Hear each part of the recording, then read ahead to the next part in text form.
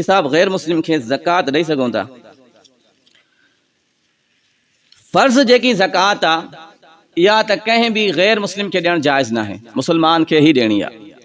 फ़र्ज़ सां मुराद जीअं उशुर कढूं था या सदक़तुल फ़ितर आहे या नमाज ऐं रोज़े जो फ़िदियो कफ़ारो वग़ैरह आहे।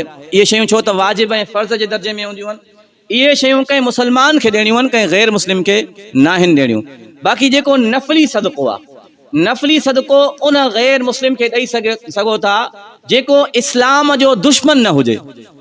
हर गैर मुस्लिम के नथा ॾेई सघो। कोई भी आ, ईसाई या यहूदी आ, इस्लाम जो दुश्मन ना है, नॉर्मल शख्स आ, उनके नफली सदको ॾेई सघो था। इस्लाम जे दुश्मन शख्स के नथा ॾेई सघो।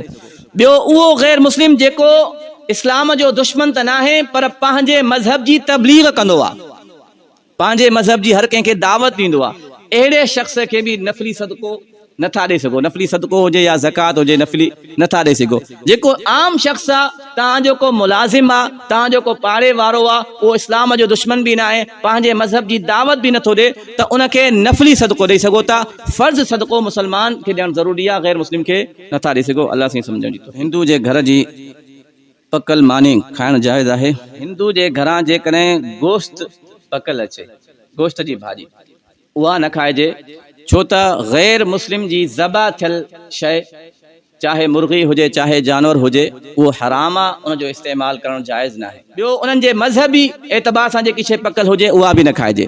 बाक़ी जेकॾहिं आम शइ अचे थी त उहा इंसान खाई सघे थो, पर उहा बि इत्तिफ़ाक़न कामल का ज़रूरत पए।